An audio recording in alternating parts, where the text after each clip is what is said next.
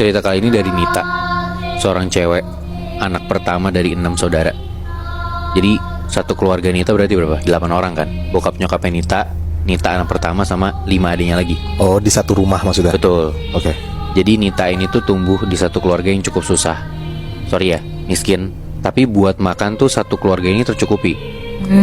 Nah, permasalahannya muncul pertama kali waktu Nita ini umurnya 17 tahun.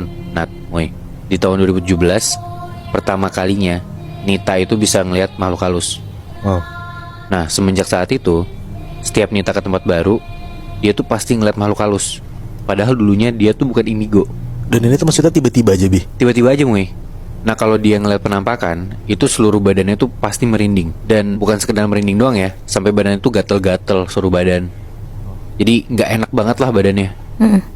Bahkan yang sedihnya tuh Nita tuh sampai susah banget punya cowok gitu loh.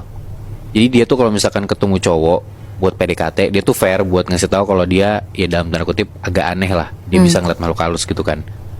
Ya tapi setelah dikasih tahu kayak gitu, cowok-cowok tuh jadi ninggalin dia. Takut kali ya? Takut, jadi kayak sehari ketemu cowoknya kabur, 2 kali ngedate gitu, habis itu ya cowoknya nggak mau sama dia gara-gara ngelihat si Nita ini tuh aneh gelagatnya gitu. Nah di tahun 2010 umurnya Nita tuh sekitar 20-21, Nita ini ketemu cowok namanya Herman. Nah ternyata untungnya berjalan dengan baik nih. Mereka bareng, pacaran, bahkan lebih dari setahun. Happy dong. Dan mereka berdua tuh pengen seriusin hubungan inilah. Dari Herman tuh mau nikahin Nita. Dan karena udah mau lanjut ke hubungan serius, akhirnya si Herman ini ngehubungin lah teman namanya si Herman. Yang mana Herman juga tahu kalau temennya ini bisa bantu buat dia tuh nyembuhin, dalam tanda kutip nyembuhin Nita. Dan yang benar itu tuh Danu. Oke.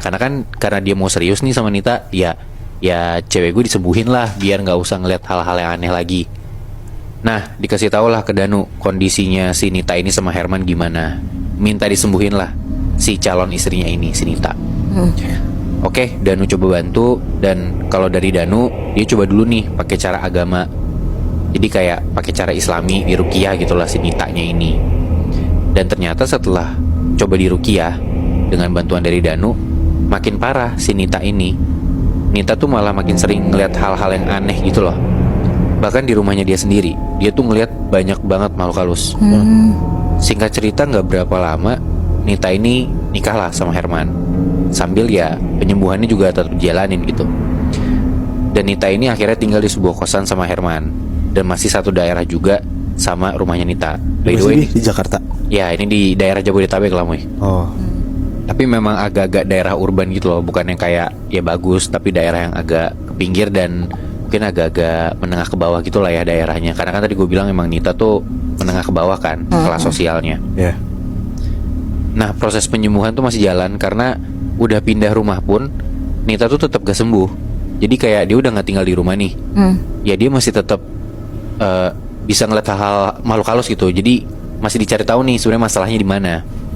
Lanjut lagi proses penyembuhan. Dan Danu bilang, coba deh kita tarik lagi dari akarnya dulu nih, dari akar masalahnya. Semua tuh dimulai dari awal. Awalnya Nita tuh pertama kali bisa ngeliat sosok tuh dari mana dan kapan, kata Danu gitu. Ternyata Nita bilang waktu umur 17 tahun di rumahnya sendiri.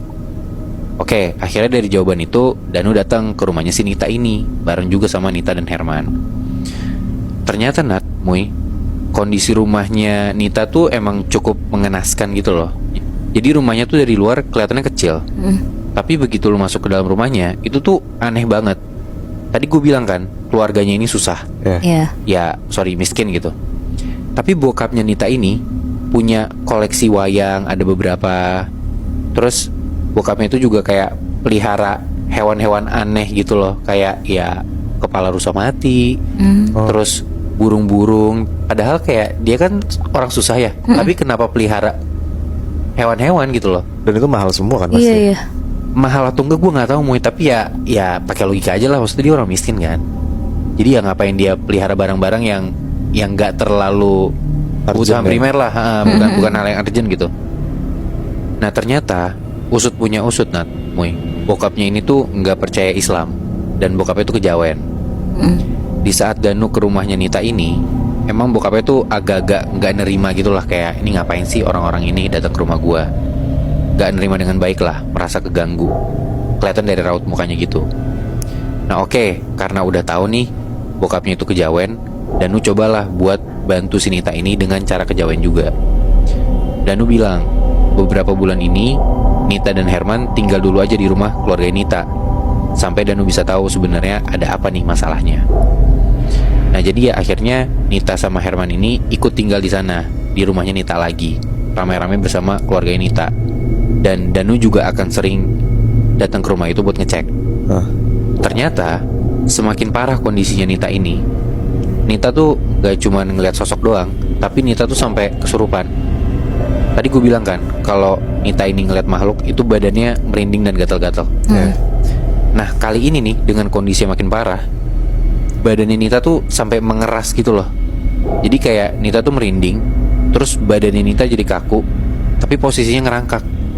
Kebayang gak lo? Dia udah ngerangkak, badannya kaku, keras. Bahkan saking parahnya ya, ada satu waktu kondisi Nita tuh kayak gitu tuh dalam jangka waktu 24 jam. Jadi badannya ngeras kayak gitu sambil kayak ngerangkak dalam waktu 24 jam. Anjir. Gak berhenti-berhenti. Gila. Dan itu kondisinya tuh Danu lagi di Bali, lagi gak di Jabodetabek. Dikasih tau lah sama Herman kayak gitu kan, maksudnya kondisinya si Nita lagi separah ini nih. Ditelepon ke Danu yang lagi di Bali. Nah Danu bilang, ya udah coba minta tolong kiai setempat aja dulu di sana. Dan ternyata nggak bisa juga, nggak mempan gitu ditolongin sama kiai ini. Besokannya Danu langsung buru-buru pulang, balik ke rumahnya lagi, ke ya daerah si Nita dan Herman ini. Dan Danu ini ngebawa satu barang yang dia beli dari Bali.